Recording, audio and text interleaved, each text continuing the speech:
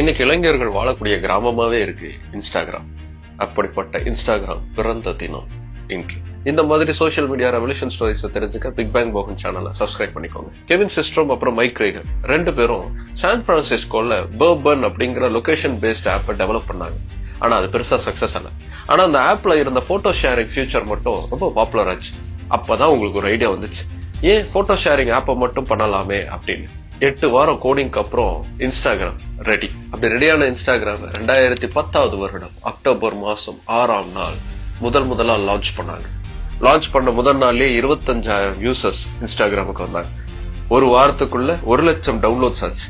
2 மாசத்துல 1 million users Instagram use பண்ணிட்டு இருந்தாங்க. 2012 ஏப்ரல்ல Facebook 1 பில்லியனுக்கு இன்ஸ்டாகிராம் வாங்குச்சு. அந்த சமயத்துல இன்ஸ்டாகிராம் கம்பெனில 13 எம்ப்ளாயும் 30 மில்லியன் யூசர்ஸ் மட்டும் தான் இருந்தாங்க.